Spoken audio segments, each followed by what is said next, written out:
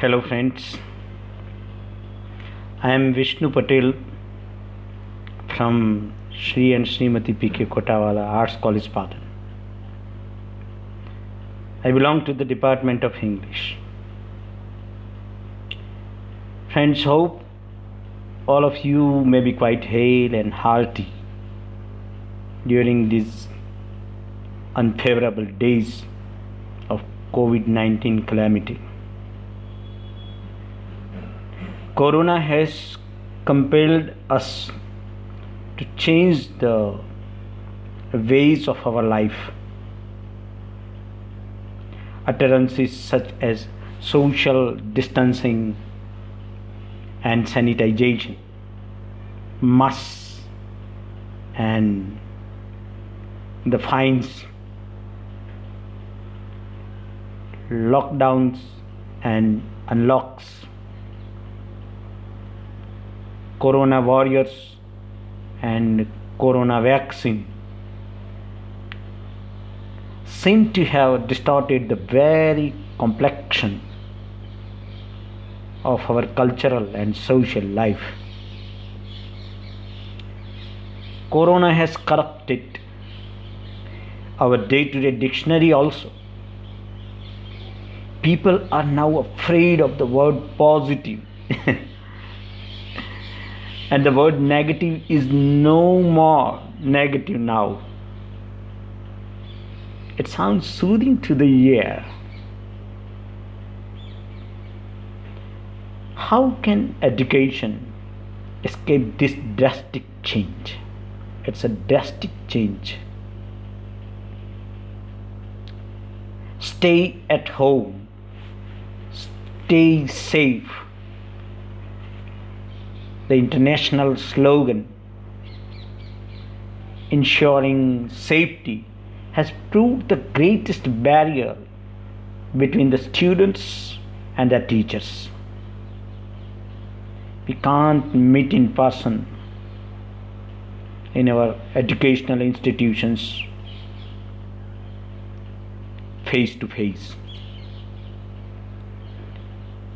Wisdom lies in staying at home, they say. In such a situation as this, resulting from the attacks of this unprecedented pandemic called COVID-19, online teaching and learning seems to be the only way to keep the system of education working and breathing.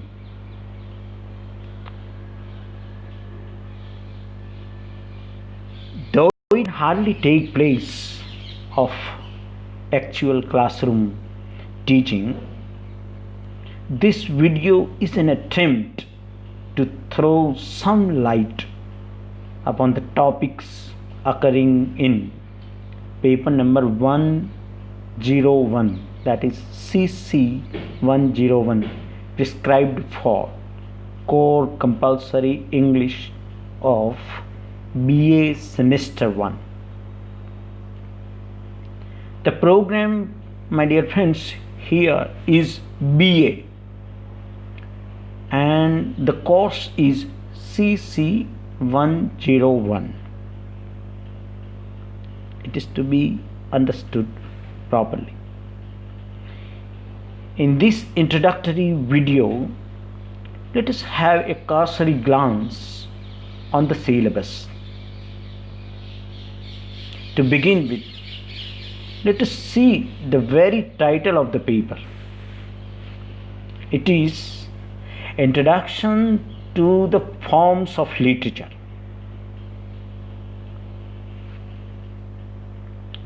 Shall we have a look at the topics that occur in the syllabus?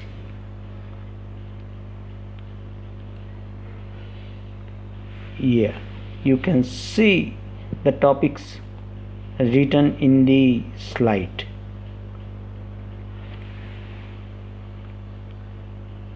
This is course content.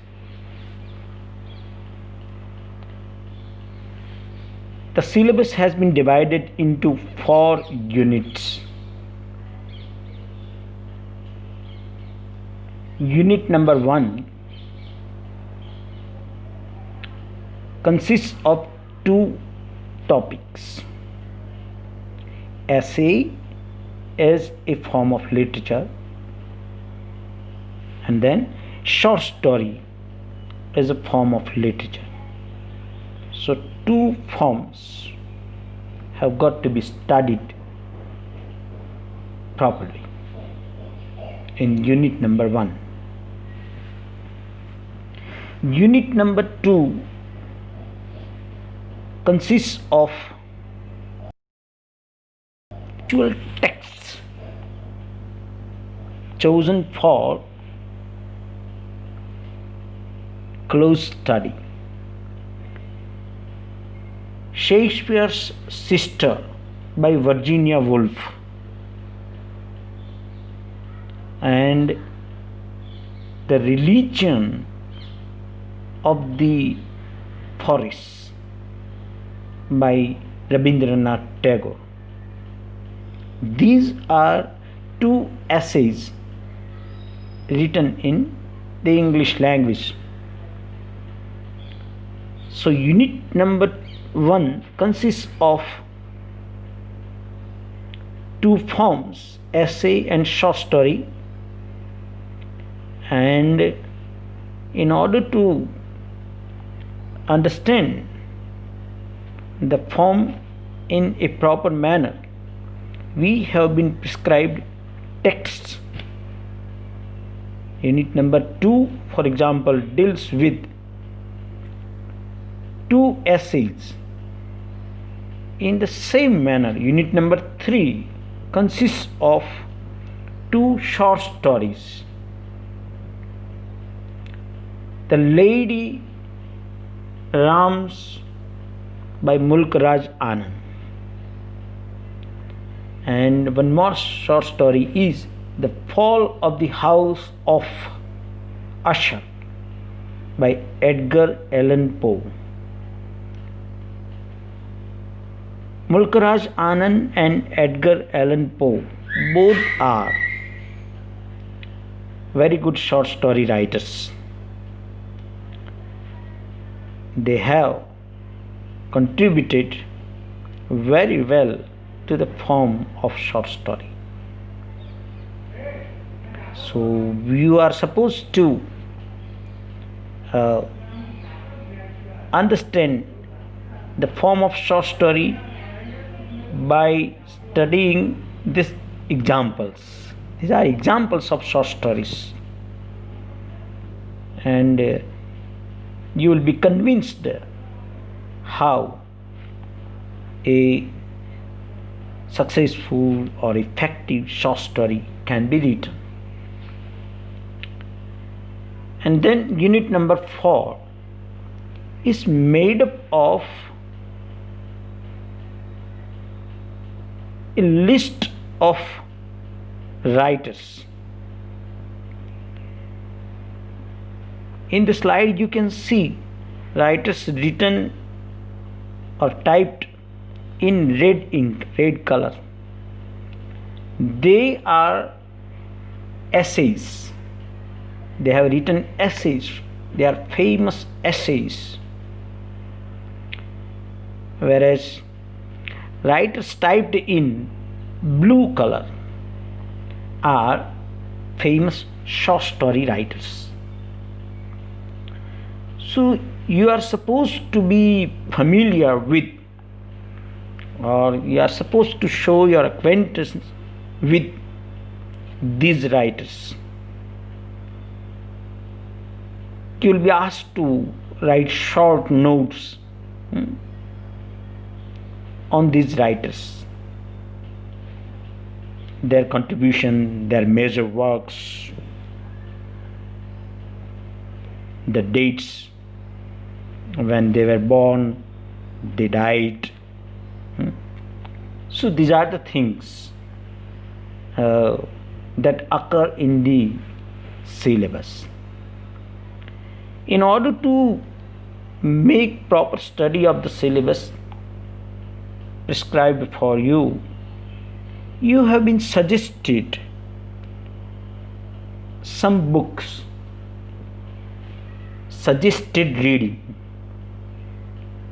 Let us have a look at the books or list of books that occurs in front of us. The Typical Forms of English Literature by Alfred H.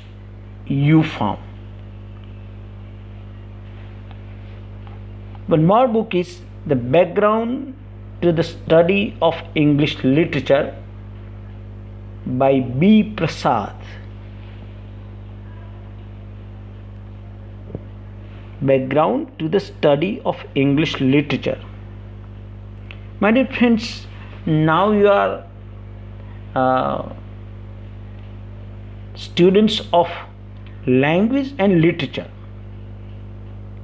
You will have to learn English language through literature. So you are supposed to understand the word literature properly,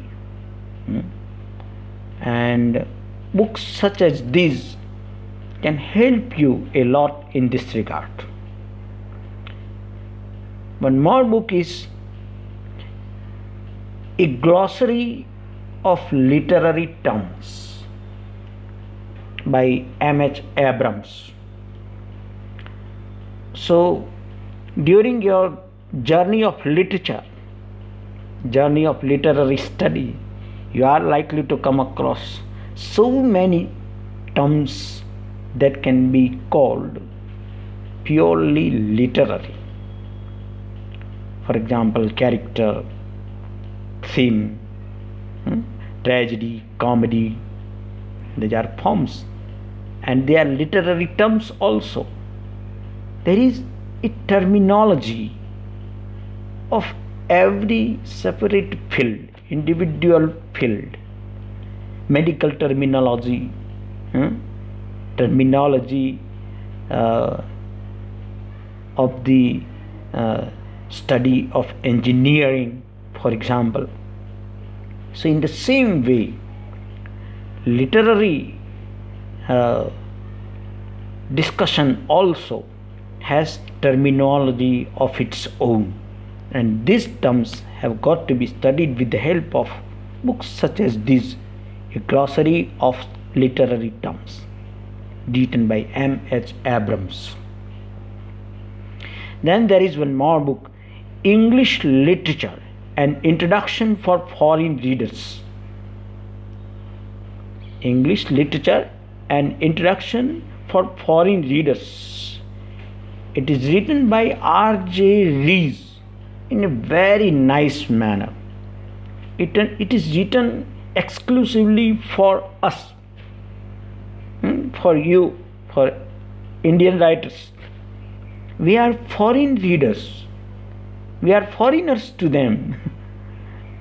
So R.J. Rees has tried to explain to us the world of literature, English literature, in a very understandable manner. I would like to request you in a very loving manner, very affectionately, to read such books. Don't allow yourself to cultivate the habit of cramming things ready-made, derived from former students, and pass the examinations. That should not be our goal. You try to cultivate the habit of reading good books yourselves with proper understanding. It's a gradual process. It's a gradual process. The more you read such books, the more you will be able to understand niceties of expression, the world of literature, contribution of man of letters. So it's a nice book. I would like to recommend this book to you. in a special manner. English literature, an introduction to foreign readers. And one more book of the same nature is An Introduction to the Study of Literature by William Henry Hudson, W.H. Hudson. I have brought for you the covers of two books. This is by R.J. Rees, English Literature, An Introduction for Foreign Readers, and A Background to the Study of Literature by B. Prasad.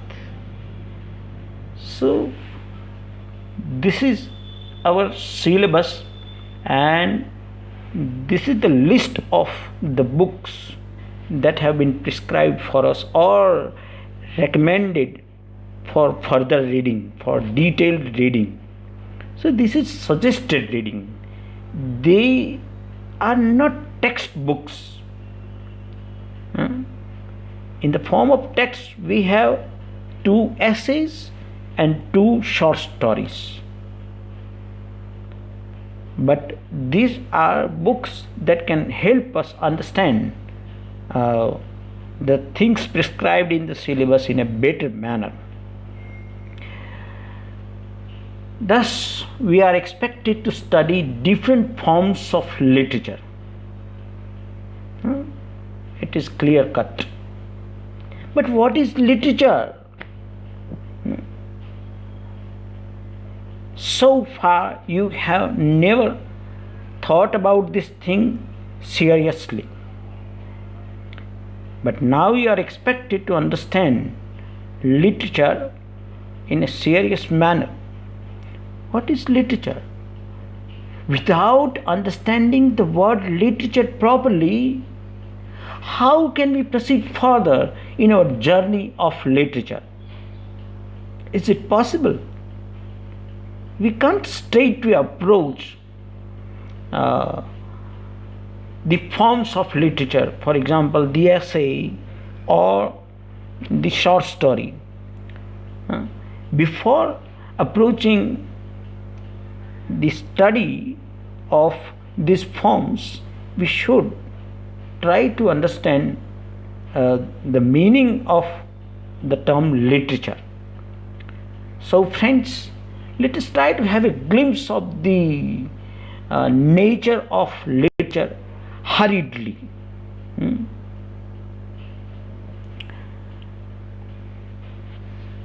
What is literature? Let us try to understand. Ours is an age of science, and therefore there are some people who discourage us when we try to plead the case of literature, when we try to advocate literature. What is the use of reading literature? Can literature feed hungry people? Can literature give solace to those who are suffering from different, you can say, diseases and poverty? Naturally, we don't find literature helpful in this regard. So is it useless? Is it of no use? We can't say so. Literature serves a special purpose, though it does not seem to serve any you can say concrete purpose on the surface. It serves a special purpose. We have to understand this thing properly. On the surface, for those who believe in materialistic life only, those who are after accumulation of wealth and power only, it is difficult to understand the importance of nature, importance of literature. But the purpose of literature is without, you can say, pragmatic purpose. It serves no pragmatic purpose. It has no pragmatic purpose. The very existence of a form of literature is its end. It has no end beyond itself. And it is read because it gives us aesthetic pleasure. It yields aesthetic pleasure to us. This is the main thing that we should never forget so far as the case of literature is concerned. We can plead the case of literature in this way. We have to, or we shall have to plead the case of literature in the days to come. People will ask you, why have you offered literature as a special subject, as a main subject of study? So at that time you will have to plead the case of literature. So why do we study literature? We study literature because it yields aesthetic pleasure. The word aesthetic is very, very important here, my dear friends. It gives us aesthetic pleasure. Our aesthetic sense gets satisfaction. It is to be satisfied.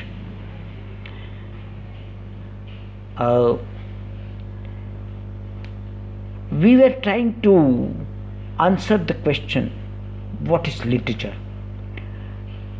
The moment you are asked to answer this question, one thing very, you can say, or immediately occurs to your mind is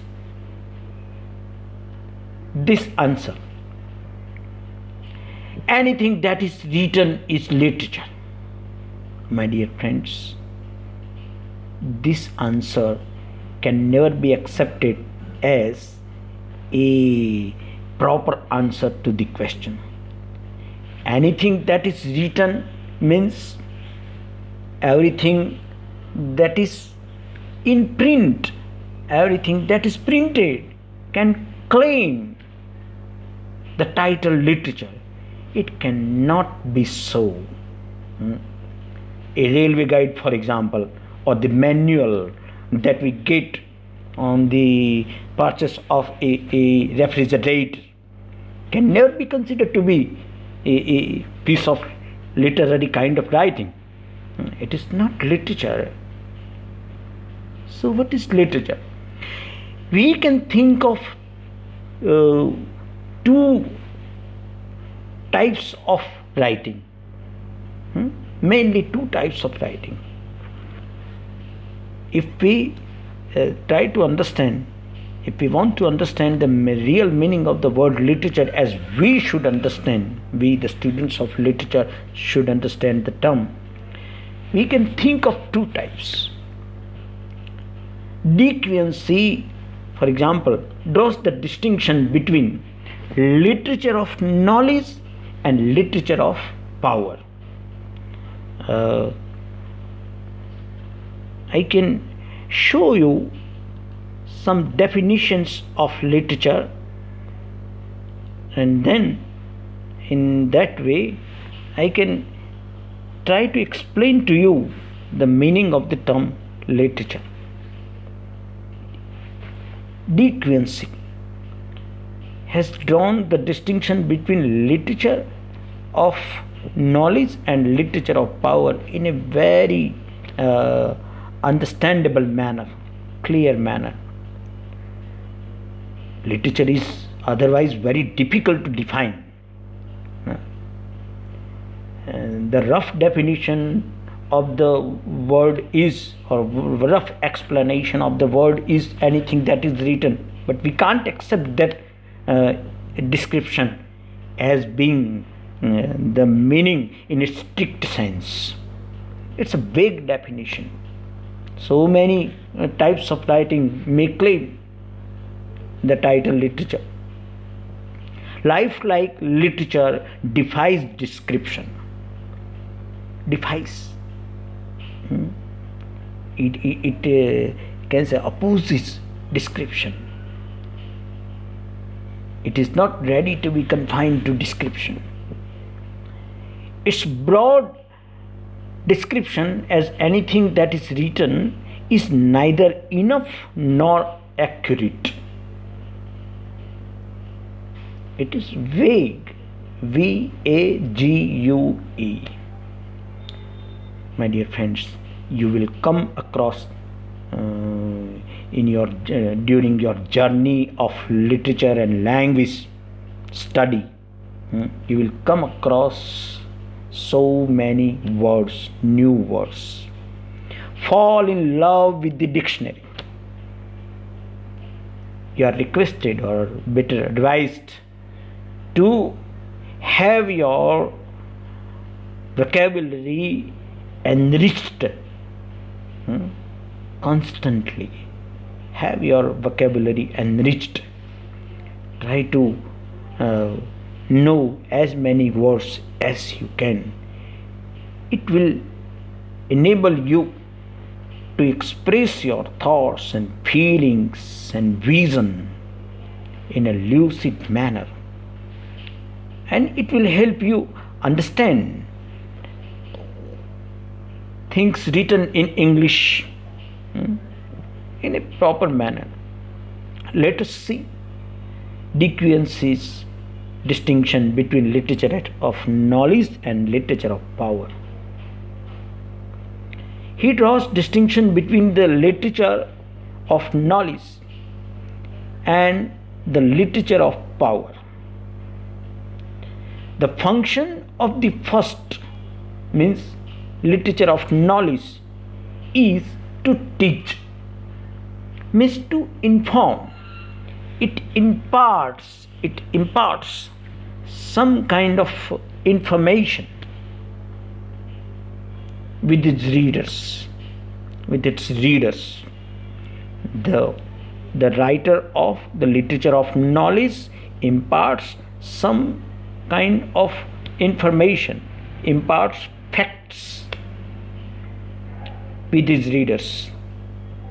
His purpose is to teach. His purpose is to inform. The function of the second means literature of power. Literature of power. Try to understand the word power.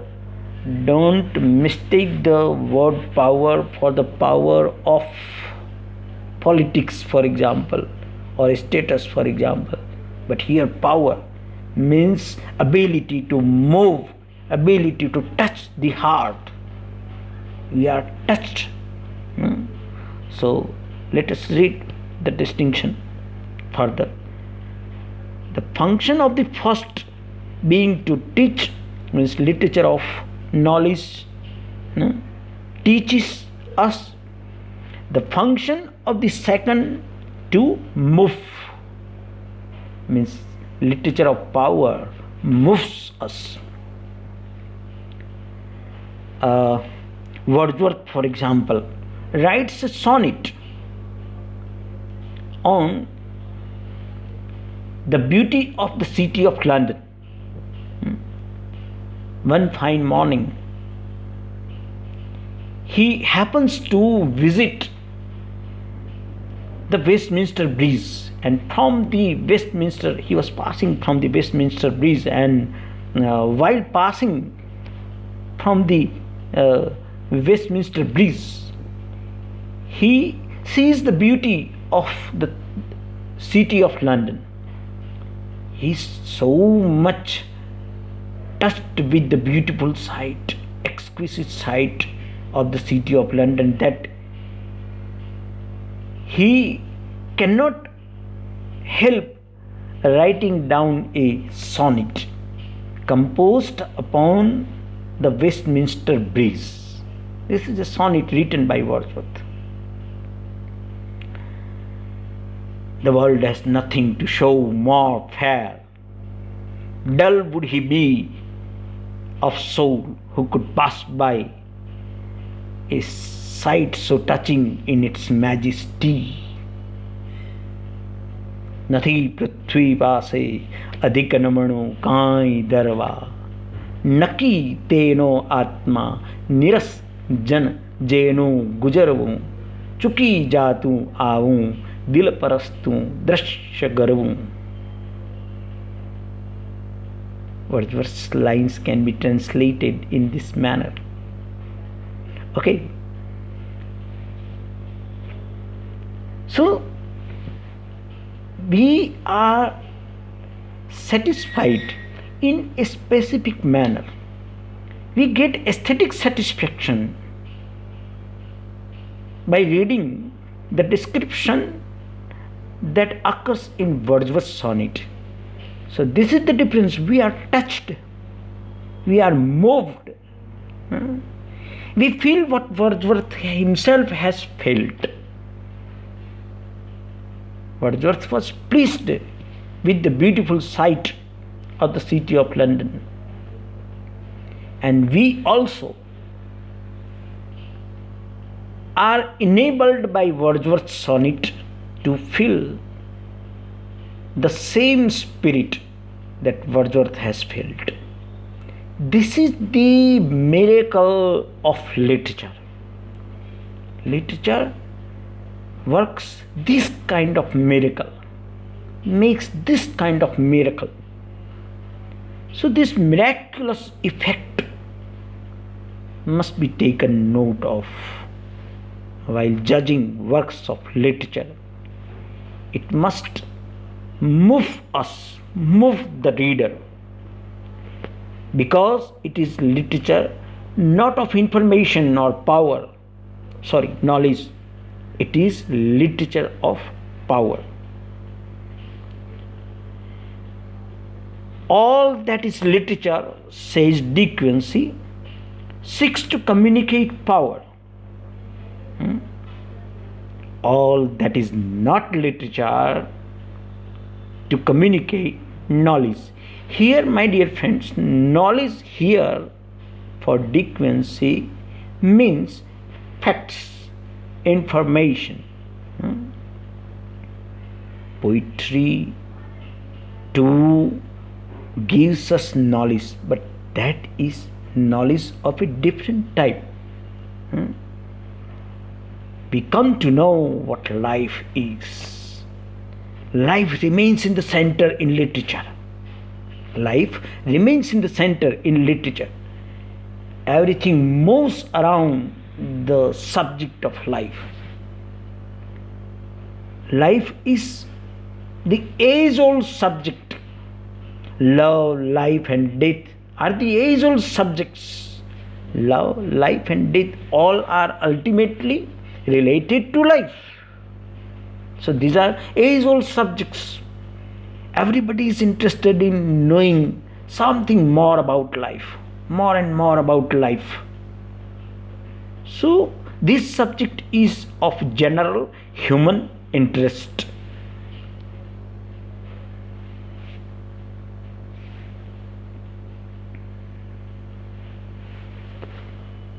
Let us see how William Henry Hudson explains to us the meaning of the word literature. Literature is a vital record of what men have seen in life, what they have experienced of it, what they have thought and felt about those aspects of it which have the most immediate and enduring interest for all of us. These are the words of William Henry Hudson, written in his well-known book prescribed for us, An Introduction to the Study of Literature. One more piece from the same writer. Literature is composed of those books, and those books only. All of the books cannot claim the title literature. We can't consider all of the books to be works of literature. But literature is composed of those books, and those books only, mark well, which in the first place, by reason of their subject matter is related to life. I clarify into brackets. So by reason of their subject matter and their mode of treating it, subject matter is interesting. Subject matter is of general human interest. Everybody is interested in the subject dealt with by the writer. But the way of dealing with the subject matter, way of dealing with the theme, means mode of dealing with the theme, is also not ordinary kind of expression. Is not there as we find it in the newspapers. So, and the mode of treating it are of general human interests. Mode of treating it interests human beings.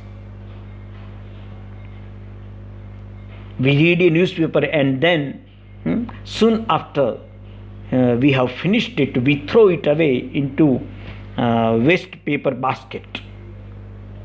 We do not throw away Mahabharata or Ramayana or Othello or Lear or Paradise Lost into waste paper basket. They are permanent works of literature. So let me read it again.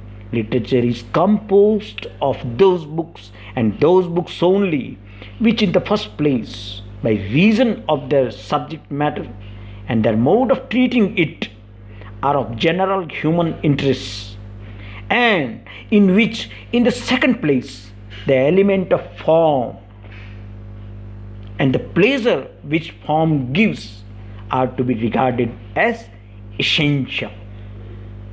Element of form and the pleasure which form gives are to be regarded as essential. So, a book of literature, in the real sense of the term, is written in a specific form. We have to study different forms of literature, and this form, general categories are drama, poetry, and prose. These are general categories of literature, and within these categories we have different forms. In drama, for example, we have tragedy, comedy, tragicomedy, dramatic monologue, etc. Within poetry, category of poetry, for example, we have sonnet, ballad, epic, ode. These are different forms.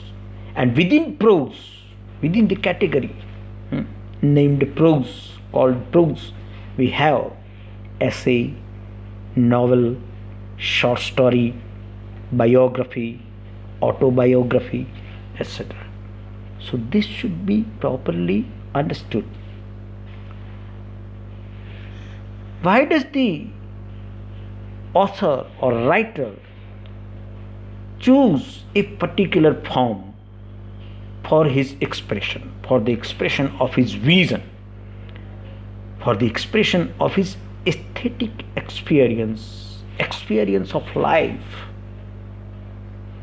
Because form gives pleasure, literary form gives aesthetic pleasure, not ordinary kind of pleasure. Aesthetic pleasure is obtained from the poem. It is written in such an exquisite manner. It is expressed in his thoughts or feelings or experience, aesthetic experience is expressed in such an exquisite manner, beautiful manner, that we cannot help being satisfied in an aesthetic way. Our feeling for the beautiful is being satisfied because of the writer's expression in a literary form. So, my dear friends, we are supposed to study different forms of literature, and now we can turn to a proper study of forms of literature. R.J. Rees' definition also deserves our close attention. He begins with giving this rough definition, anything that is written, and then he tries to explain to us that this definition or this description is neither accurate nor enough. He compares two pieces of writing, one by Wordsworth, the sonnet I referred to, composed upon Westminster Bridge, and the other is a piece of information chosen from an encyclopedia. The encyclopedia also talks about the city of London, but the writer's intention here is to give as many facts to the reader as he can. So this is the difference. The writer of the encyclopedia aims at giving facts, whereas Wordsworth's intention is to share his pleasure, share his aesthetic experience with his readers. So we should not disappoint Wordsworth if we are students of literature in the real sense of the term. We should show equipment on our part also. We are supposed to become gradually qualified readers of literature, ideal readers of literature. That is why we are trying to study all these things in this manner. Let us read what R.J. Rees has to say regarding literature. In a strict sense, according to Rees, literature is writing which expresses or communicates thoughts, feelings, and attitudes towards life. So life is in the center. He uses Hamlet's phrase while explaining to us the purpose literature serves. Literature holds the mirror up to nature. It reflects human nature. Shakespeare's Hamlet. No? Don't ask me the question, who is Hamlet? Hamlet is a play written by Shakespeare and very famous play. You will come across all these things during your journey of literature. So be very sincere, my dear friends. Otherwise, you will miss a lot. Matthew Arnold is one more poet critic who lived in the Victorian era. And for him, great poetry or classical poetry is a criticism of life. Under the conditions fixed for such a criticism by the laws of poetic truth and poetic beauty. Poetic truth not the truth of science. 1 plus 1 is equal to 2 in science and mathematics. In poetry, it is not so. The truth of poetry is universal in nature. It talks about human nature, psychology of human mind is being dealt with in works of literature, is being you can say expressed in works of literature. Hamlet, for example, Shakespeare's Hamlet, for example, represents Elizabethan individual, Elizabethan person with melancholic disposition. Hamlet has a disposition to idealize everything. So this is human nature. Shakespeare is considered to be a connoisseur of human nature. He was naturally learned. My dear friends, you get an opportunity to study all these great writers and their works that have made them immortal. They will never be forgotten.